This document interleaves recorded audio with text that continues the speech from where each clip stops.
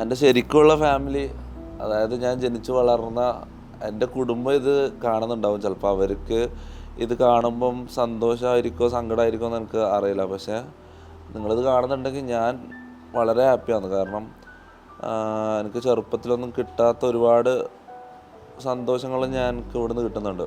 ഇവിടെ നമ്മളിവിടെ ഒരു 7-8 പേര്, ശരിയാണ്, ഒരു ഉപ്പ ഉമ്മ എന്നുള്ള ഒരു ഇതൊന്നും ഒരിക്കലും വേറെ ആൾക്കാരെ വെച്ച് നമുക്ക് കിട്ടൂല എന്ന് പറയാം. പക്ഷേ എന്നെ സംബന്ധിച്ച് എനിക്ക് ആകെ കിട്ടുന്ന, എൻ്റെ ജീവിതത്തിൽ ആദ്യമായിട്ട് കിട്ടുന്ന ഒരു എന്താ പറയുക സന്തോഷവും ഇതും പോലെ ഞാൻ ഇതെടുക്കുന്നത്. കാരണം മുന്നേ ഞാൻ അവിടെ ഉണ്ടായ സമയത്ത് എനിക്കിതൊന്നും അനുഭവിക്കാൻ കഴിഞ്ഞിട്ടില്ല. മീൻസ് ഞാനതിന് കുറേ സാഹചര്യം കൊണ്ട് ഞാൻ അതിൻ്റെ ഉള്ളിലായിപ്പോയി. അതങ്ങനെ സംഭവിച്ചു പോയി. അതെൻ്റെ ഒരു സ്റ്റേജായിട്ട് ഞാൻ കണക്കാക്കുന്നുള്ളൂ.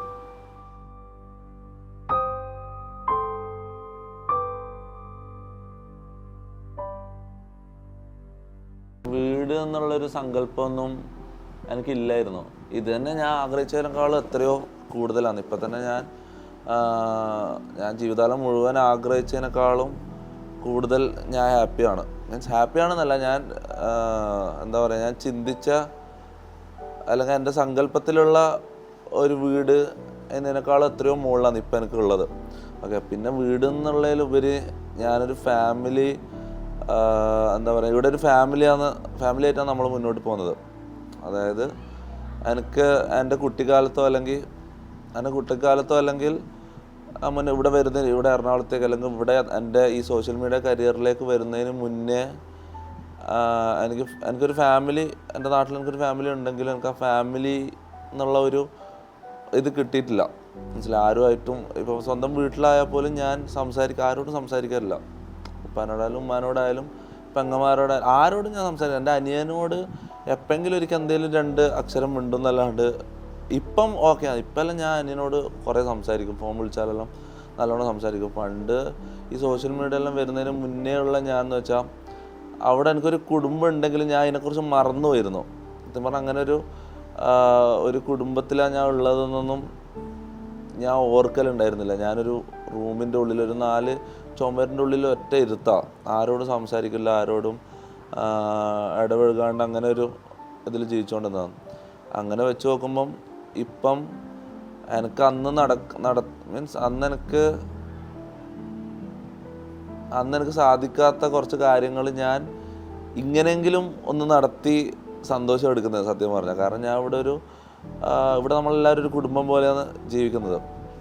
ഒക്കെ ശരിയാണ്, ഉപ്പ ഉമ്മ അല്ലെങ്കിൽ പാരൻസും സിബ്ലിങ്സിൻ്റെ ഒന്നും അത്ര ഒരു ഫാമിലി ഇത് കിട്ടൂല എന്ന് ചിലപ്പോൾ പറയായിരിക്കും. പക്ഷേ എനിക്കെന്തോ ഭയങ്കര സന്തോഷമാണ് ഇവിടെ. കാരണം അതായത് ഓൾറെഡി ഒരു എന്താ പറയുക, പാരൻസിൻ്റെ അടുത്ത് നിന്ന് ലവും അല്ലെങ്കിൽ സിബ്ലിങ്സിൻ്റെ അടുത്ത് നിന്നെല്ലാം ലവ് കിട്ടി, പിന്നെ ഇങ്ങനെ ഒരു സംഭവം തുടങ്ങി വേറൊരു ഫാമിലി പോലെ ഇങ്ങനെ കുറച്ച് ഫ്രണ്ട്സുമായിട്ട് ജീവിക്കുന്നവർക്ക് ഇത് മനസ്സിലാവില്ല. പക്ഷേ എനിക്കെന്ന് പറഞ്ഞാൽ അവിടെ വീട്ടിൽ നിന്ന് എനിക്ക് അങ്ങനെ ഒരു സംഭവം കിട്ടിയിട്ടില്ല. അപ്പം ഇതാണ് എൻ്റെ ജീവിതത്തിൽ ആദ്യമായിട്ട് വരുന്ന ഒരു കുടുംബ സന്തോഷം എന്ന് പറഞ്ഞാൽ എനിക്കിതാണ്. ഞാൻ മുന്നേ ഉണ്ടായ സ്ഥലത്ത് നിന്ന് എനിക്ക് ഇതുവരെ അത് ഫീൽ ചെയ്യാൻ പറ്റിയില്ല. മീൻസ് ഞാൻ ട്രൈ ചെയ്തിട്ടുണ്ട്, എന്നെ ആരും അങ്ങനെ പറയാൻ പറ്റില്ല. പക്ഷെ ഞാൻ അതിലേക്ക് പോയിട്ടില്ല. എനിക്കിപ്പോഴാണ്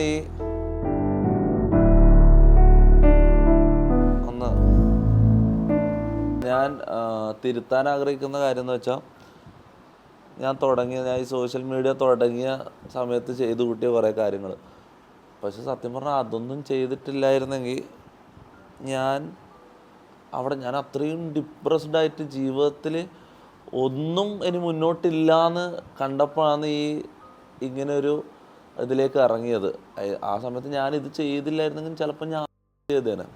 കാരണം എന്ന് വെച്ചാൽ ഞാൻ അങ്ങനെ ഒരു സിറ്റുവേഷനിൽ, അങ്ങനെ ഒരു സ്ഥലത്ത്, അങ്ങനെ ഒരു റൂമിൻ്റെ ഉള്ളിൽ അടച്ചുപൂട്ടി അത്രയും വർഷങ്ങൾ ഒറ്റപ്പെട്ട് അതിൻ്റെ ഉള്ളിൽ ജീവിക്കാൻ ഞാൻ ചിലപ്പം അങ്ങനെയുള്ള ഭ്രാന്തൻ കളികൾ ഈ പബ്ലിക്കിലേക്ക് ഇറങ്ങി ചെയ്തില്ലായിരുന്നെങ്കിൽ ഞാൻ ചിലപ്പോൾ അതിൻ്റെ ഉള്ളിൽ തന്നെ ഇരുന്ന് ചെയ്തേനെ.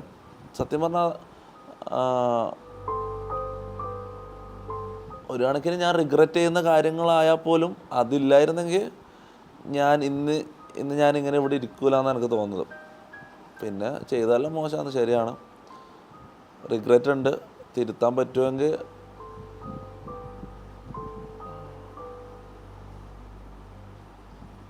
തിരിച്ചു പോയിട്ടൊരു സോറി പറയണമെന്ന് തോന്നുകയാണെങ്കിൽ അത് എൻ്റെ ഉമ്മാനോടായിരിക്കും. കാരണം ജനിച്ച അന്ന് മുതൽ, കാരണം നമ്മൾ 4 മക്കളുണ്ട്, ബാക്കി 3 മക്കളുടെ അടുത്തൊന്നും ഒരു മീൻസ് എൻ്റെ എൻ്റെ ലെവൽ ഓഫ് ഇത് വെച്ച് കുരുത്തക്കേടുകൾ വെച്ച് നോക്കുമ്പോൾ അവരുടെ അടുത്ത് നിന്നൊന്നും 1% പോലും ഒരു ബുദ്ധിമുട്ടോ ഇതോ ആർക്കും ഉണ്ടായിട്ടില്ല. ഉമ്മാക്കോ ഉപ്പാക്കോ കുടുംബത്തിനോ ഒന്നും ഉണ്ടായിട്ടില്ല.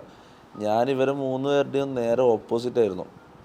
സാധാരണ ഒരു ചേട്ടൻ കുറച്ച് ആറാമ്പറപ്പാണെങ്കിൽ അനിയൻ കുറച്ച് ആറാമ്പറപ്പായിരിക്കും, പിന്നെ ബാക്കിയുള്ളവർ കുറച്ച് ആറാമ്പറപ്പുകളായിരിക്കും. അതങ്ങനെയല്ല. എൻ്റെ ബാക്കിയുള്ള സിബ്ലിങ്സ് 3 പേരും ഭയങ്കര നീറ്റ് ആൻഡ് ക്ലീൻ ആയിട്ടുള്ള ആൾക്കാരാണ്. ഞാൻ മാത്രം ഇത്രയും നേരെ ഓപ്പോസിറ്റ് ആയിപ്പോയാൽ അത്രയും വിഷമിച്ച ഒരാളെന്ന് പറഞ്ഞാൽ എൻ്റെ ഉമ്മയാണ്. അങ്ങനെ ഒരു തിരിച്ച്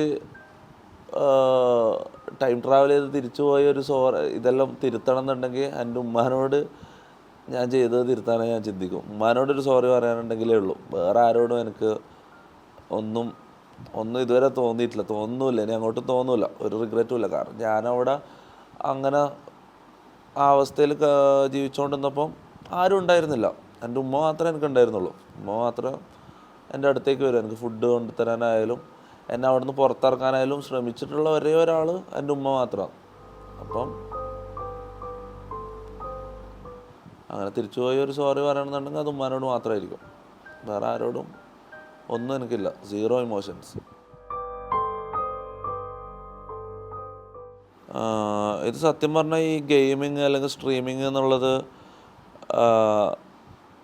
നിങ്ങൾക്ക് കേൾക്കുമ്പം ഇത് മുന്നോട്ടേക്ക് പോകുമ്പോൾ ഒരു ഫാമിലി ലൈഫായിട്ടോ അല്ലെങ്കിൽ ഒരു അങ്ങനെ ഇത് മുന്നോട്ട് കൊണ്ടുപോകാൻ പറ്റില്ല എന്ന് തോന്നും. പക്ഷേ ഫ്യൂച്ചർ അങ്ങനെയാണ് നമ്മൾ പുറത്തെല്ലാം കാണുന്നത്. പുറത്തെ രാജ്യങ്ങളിലെല്ലാം, പുറത്തെ നോർത്ത് ഇന്ത്യയിലായാലും കാണുന്നത് അങ്ങനെയാണ്. ഇനി ഈ നാട്ടിലും ഫ്യൂച്ചർ അങ്ങനെ വരുമോ? ഇപ്പം സാധാ ബാക്കി ഏതൊരു പ്രൊഫഷനെയും പോലെ ഉള്ളൊരു പ്രൊഫഷൻ തന്നെയാണ് ഈ സ്ട്രീമിങ് എന്നുള്ളത്, അല്ലെങ്കിൽ ഗെയിമിങ് എന്നുള്ളത്. കരിയറാക്കി അത് ജീവന മാർഗ്ഗമാക്കിയിട്ട് ജീവിക്കുന്ന ഒരുപാട് ആൾക്കാരുണ്ട്. ഇപ്പം നമ്മുടെ ഈ കേരളത്തിൽ കുറവാണ്, ഇങ്ങനെ കയറി വരുന്നേ ഉള്ളൂ. പക്ഷെ എന്നാലും ഒരുപാട് ആൾക്കാരുണ്ട്. നാളെ ഫ്യൂച്ചറിൽ ഇതൊരു പ്രൊഫഷനായി ആൾക്കാർ അക്സെപ്റ്റ് ചെയ്യും, സമൂഹം ഇത് അക്സെപ്റ്റ് ചെയ്യും. അപ്പം പിന്നെ അതിൽ പ്രശ്നമില്ല. പിന്നെ എൻ്റെ ഫ്യൂച്ചർ എന്ന് പറഞ്ഞാൽ എൻ്റെ ഫ്യൂച്ചർ എന്താ അങ്ങനെ ചോദിച്ചാൽ, പ്രണയം ഉണ്ടായിക്കൂടാന്നില്ലല്ലോ ഭാവിയിൽ. അപ്പം ആരെങ്കിലും നമുക്ക് വേണ്ടി കാത്തിരിക്കുന്നുണ്ടാവില്ല എവിടെയെങ്കിലും. ചിലപ്പം ഏതെങ്കിലും ഒരു മൂലയൊക്കെ ആയിരിക്കും ലോകത്തിൻ്റെ, ഏതെങ്കിലും ചിലപ്പോൾ മലയാളി പോലും ആയിരിക്കില്ല, ഏതെങ്കിലും ഹിന്ദിക്കാരായിരിക്കാം, അല്ലെങ്കിൽ വേറെ ഏതെങ്കിലും ഭാഷക്കാരായിരിക്കാം, പറയാൻ പറ്റില്ല. ആരെങ്കിലും എവിടെയെങ്കിലും നമുക്ക് വേണ്ടിയിട്ടുള്ള ആൾ എവിടെയെങ്കിലും ഉണ്ടാവും. അത് സമയമാകുമ്പം എത്തിച്ചേരുമായിരിക്കും, അറിയില്ല. ഞാൻ അതിനെക്കുറിച്ച് ചിന്തിക്കലില്ല സത്യം പറഞ്ഞാൽ. അങ്ങനെ കുറച്ച് കാലം ഇങ്ങനെ ചിന്തിച്ചിരുന്നു. ഭയങ്കരം ഒറ്റപ്പെട്ട ഫീലിംഗ് ഉണ്ടായ സമയത്ത് ഞാൻ കുറച്ച് കാലം ചിന്തിച്ചിരുന്നു. പിന്നെ ഇപ്പം ഇങ്ങനെയുള്ള കാര്യങ്ങളൊന്നും ചിന്തിക്കാൻ സമയം കിട്ടലില്ല. കാരണം എല്ലാവരും എപ്പോഴും ചുറ്റും ഉണ്ടാവും. എൻ്റെ കൂടെയുള്ളവർ എപ്പോഴും നമ്മളെപ്പോഴും എൻഗേജിങ് ആയിട്ട് ഇങ്ങനെ മുന്നോട്ട് പോകുന്നതാണ്. അപ്പം ഇപ്പം ഇങ്ങനൊരു സംഭവം എടുക്കുന്നതുകൊണ്ട് മാത്രമാണ് അവരെൻ്റെ കൂടെ ഇല്ലാത്ത. അല്ലാത്ത സമയത്ത് ഫുൾ ടൈം അവരുണ്ടാവും. ആരെങ്കിലും എന്തെങ്കിലും ഒരു കാര്യം പറഞ്ഞുകൊണ്ട് എന്തെങ്കിലും ചെയ്യുന്നുണ്ടാവും. അപ്പോൾ ഇങ്ങനത്തെ ഒന്നും ചിന്തിക്കലില്ല ഞാൻ സത്യം പറഞ്ഞാൽ. ഞാൻ ജീവിതത്തിനെ കുറിച്ച് ചിന്തിക്കലില്ല അധികം സത്യം പറഞ്ഞാൽ. ഇപ്പോൾ കഴിഞ്ഞ കുറച്ച് കാലമായിട്ട് ഞാൻ ജീവിതത്തിനെ കുറിച്ച് ഒന്നും ചിന്തിക്കലില്ല. ഇങ്ങനെ മുന്നോട്ട് പോകുന്നു, അത് എവിടെ എത്തും എന്നുള്ളത് ഞാൻ തന്നെ ഇങ്ങനെ ഒരു സിനിമ കാണുന്ന പോലെ ഇങ്ങനെ കാണും. ഇതിൻ്റെ അപ്പുറത്ത് എന്താ നടക്കുക, ഇതൊന്നും ഞാൻ ചിന്തിക്കാനുള്ള സമയം പോലും കിട്ടില്ല. അതിപ്പോൾ മുന്നേ ആണെങ്കിൽ എനിക്ക് ഇങ്ങനെ ഒരുപാട് ഞാൻ ചിന്തിക്കും. അതായത് ഒരു അടുത്ത 10 വർഷത്തേക്ക് എന്ത് ചെയ്യണം എന്നെല്ലാം ഒരു പ്ലാനോട് കൂടിയാണ് ഞാൻ ഈ സോഷ്യൽ മീഡിയയിലേക്ക് വന്നത്. അടുത്ത നാളെ എന്ത് ചെയ്യണം, മറ്റന്നാൾ എന്ത് ചെയ്യണം, അടുത്ത മാസം എന്ത് ചെയ്യണം, അടുത്ത വർഷം, അടുത്ത 10 വർഷം കഴിഞ്ഞാൽ എന്ത് ചെയ്യണം എന്നുള്ള ഫുൾ പ്ലാനോട് കൂടിയാണ് ഞാൻ ഈ സോഷ്യൽ മീഡിയ എന്ന് പറഞ്ഞ പ്ലാറ്റ്ഫോമിലേക്ക് ഇറങ്ങിയത്. ആ സമയത്ത് ഞാൻ ഒറ്റക്കാണ്. എനിക്ക് ചിന്തിക്കാൻ ഒരുപാട് സമയമുണ്ട്. പ്ലാൻ ചെയ്യാനും അത് ചെയ്യാം ഇത് ചെയ്യാം, സ്ട്രാറ്റജി പ്ലാനിങ് എല്ലാ ഇതിനും സമയമുണ്ട്, അല്ലെങ്കിൽ എല്ലാത്തിനും അങ്ങനെ മൈൻഡുണ്ട്. പക്ഷെ ഇപ്പം അങ്ങനെയല്ല. ഇപ്പം ഞാൻ ഒന്നിനെക്കുറിച്ച് ചിന്തിക്കില്ല. ഇതിപ്പം ഇന്ന് കഴിഞ്ഞ് ഇന്ന് രാത്രി എന്ത് സംഭവിക്കും, അല്ലെങ്കിൽ നാളെ ഞാൻ എന്ത് ചെയ്യുമെന്ന് പോലും എനിക്ക് പ്ലാനില്ല. എൻ്റെ ഏറ്റവും വലിയ സ്ട്രെങ്ത്ത് എന്ന് പറഞ്ഞാൽ എൻ്റെ പാസ്റ്റാണ്. എനിക്ക് ഇപ്പം വല്ല ഇപ്പോൾ ഒരു കേസ് വന്നാൽ അല്ലെങ്കിൽ മുന്നേ എനിക്കിങ്ങനെ ഇടയ്ക്കിടയ്ക്ക് ഓരോ കേസുകളെല്ലാം വരലുണ്ട് ഇങ്ങനെ.